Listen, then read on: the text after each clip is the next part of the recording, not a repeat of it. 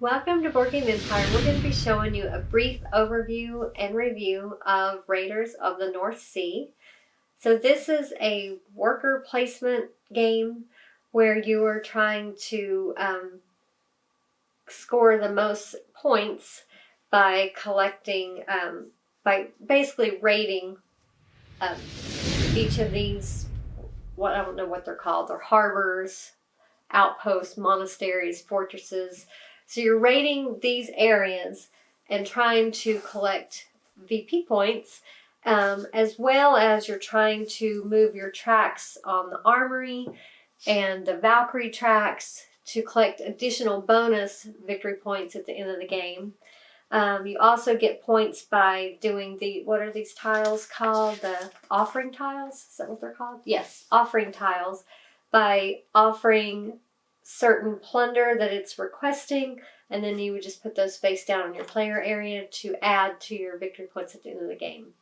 But all the while you're going to be scoring on the track as you gain victory points by raiding. And you get victory points for other things as well. Your cards sometimes give you victory points. These are in the game you add. So initial setup it takes about 5 minutes, 10 minutes, maybe. Probably like 10 minutes if you have someone helping you. So we did it together. It was probably like 5 to 7 minutes. And once you've done it once, it's easy.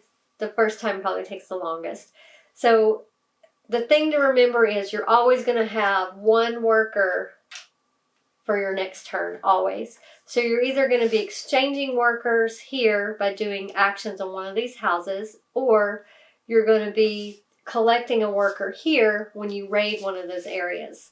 In the beginning, you're just going to be doing the things in these houses because you have to build up your provisions. As you can see, each of these to raid them require a certain amount of provisions. That one requires 1, requires 3, and you have to have a certain amount of cards in your playing area of the characters that you play. I would say 90% of the pretty much your time spent in the game is going to be right here where you're building. Yeah, you spend a lot of time building up your provisions, plunder, silver, because you need to have a certain amount of characters in your team.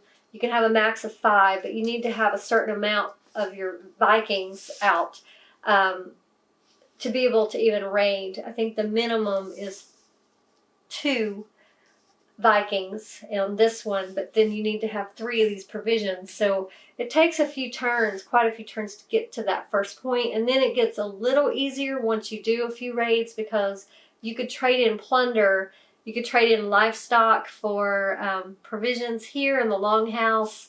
You can gain provisions here, not very many, but you can gain a few by just placing your worker there. And a lot of these is determined by the meeple. Yeah, the color of the meeple determines how many you get as well. But of course, you start with a black one.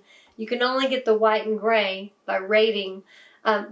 One person has to raid. Then they go into circulation. Once someone is raided, one with a gray one or a white one, those are constantly in circulation down here as they're playing them on the houses. And the gray and black is kind of for colorblind people. I have a hard time distinguishing gray and black. I do wish they were a little bit different in color because you could see they're very close, very close. So if you... And not for not colorblind people. I'm not colorblind, but they have to be more than one shade off for me. They're not enough shades difference. I had a very hard time distinguishing between those two. So that was a little frustrating for me, but they had fun making fun of me the entire game. But each of your Vikings have their own ability that they give you. Some of them get you victory points when you raid certain areas. Like the outposts and harbor is the most common. Yeah, some of them give you more strength when you raid certain areas. Some of them cost you less provisions when you raid certain areas. So they all have their different benefits. But I'll just do a brief overview. So in the initial setup, you're going to be, whatever number is, you're going to put the plunder in a bag and shuffle it up.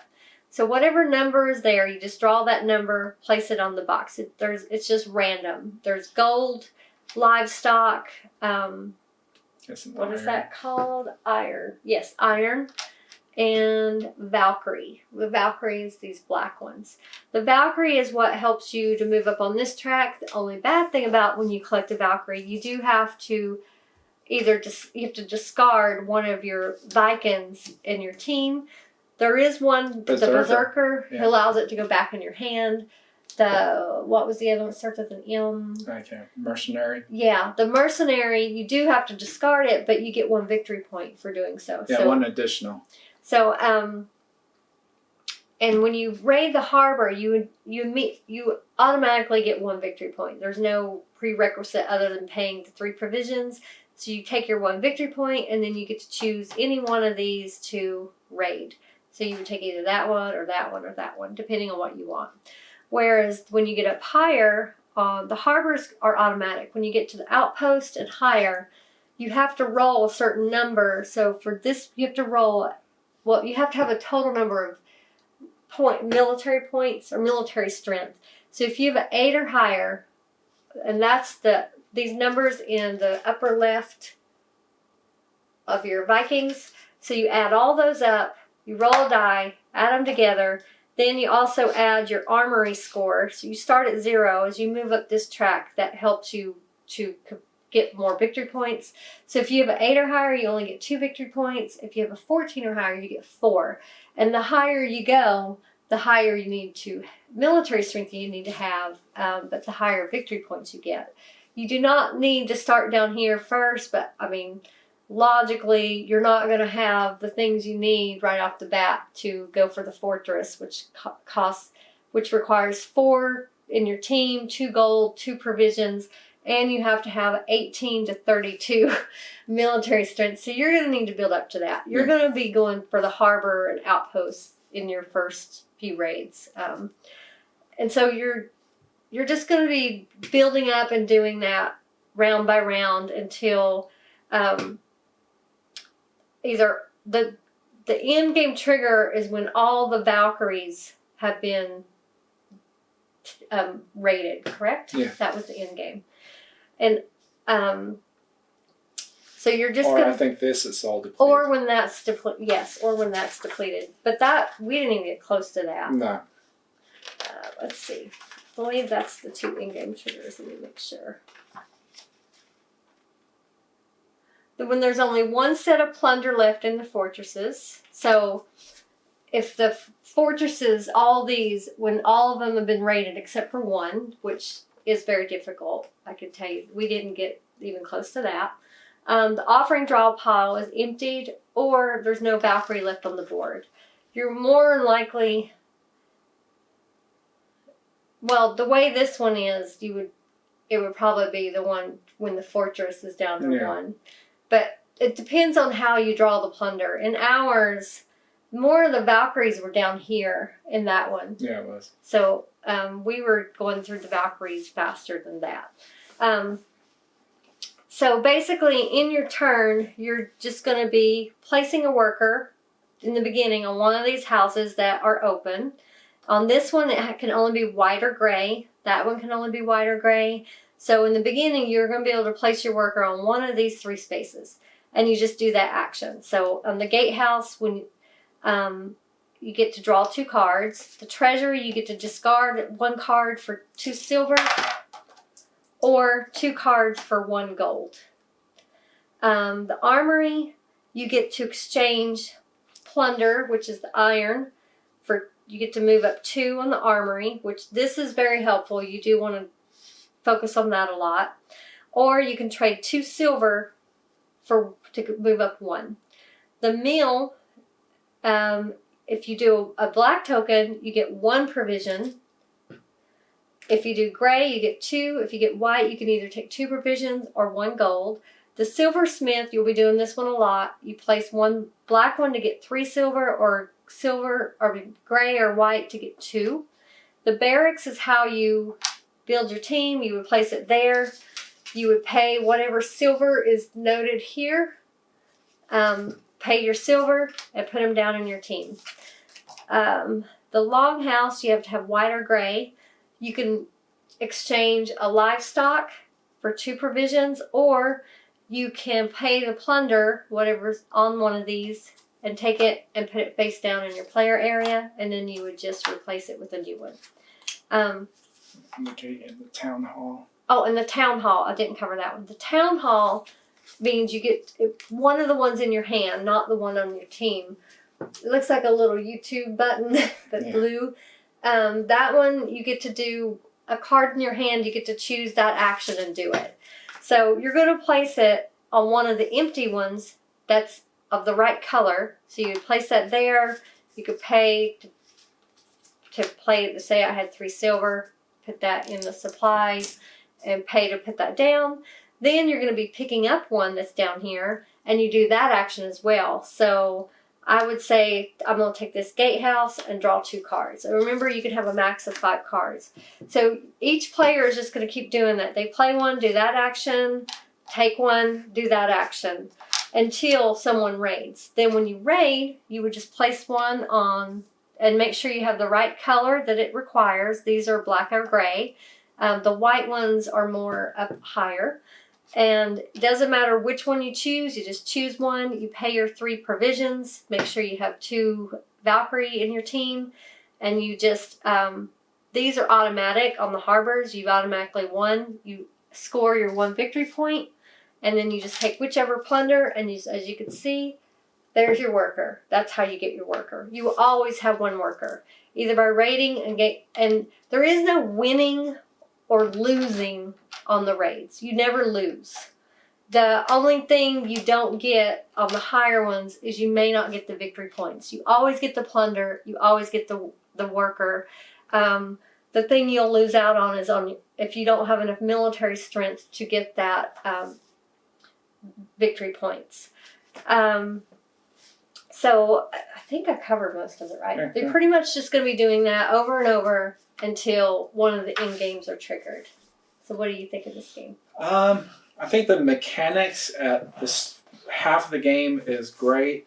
I think it becomes a little repetitive, and you're pretty much, like I said before, 90-95% of the game is going to be mainly focused on the bottom half.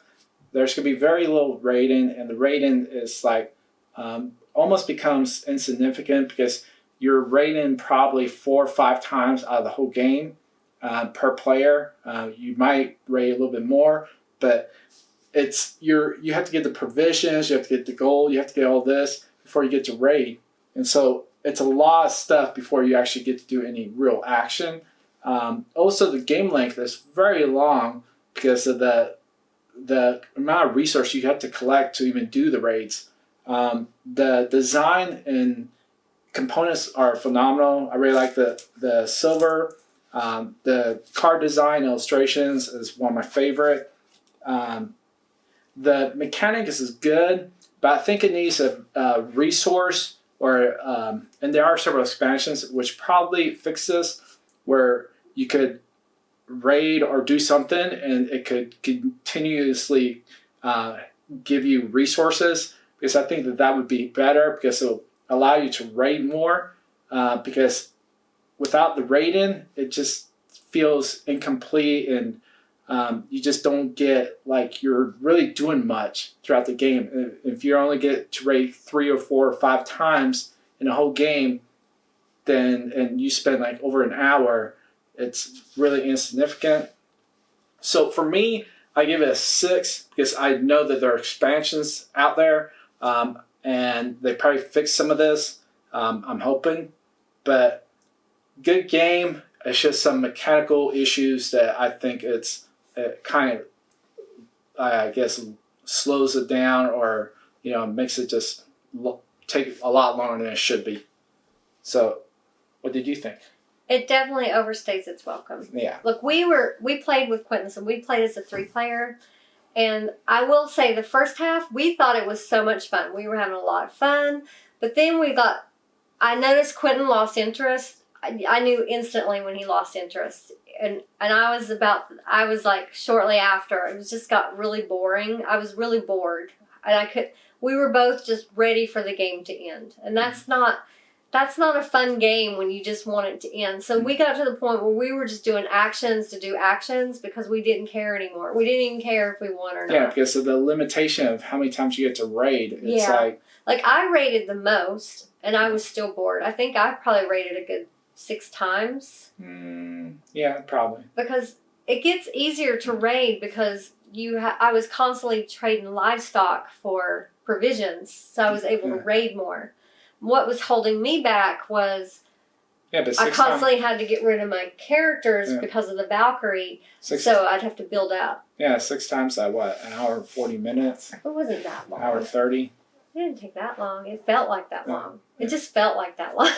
But it's a good game. It's just, it needs to be shorter. Yeah. Or it needs to be more exciting for the last half because there's really no, there's no climax, I guess. It's just kind of, it's the same thing over and over. I mean, I know you get more victory points, but still there's no losing. You don't lose. So you're just rolling dice to see if you got this. It's not exciting enough, I guess. Yeah.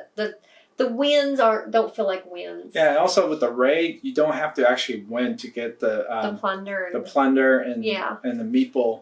So that would make it more exciting if there was that chance that you might not get that. Yeah. I mean, I don't know.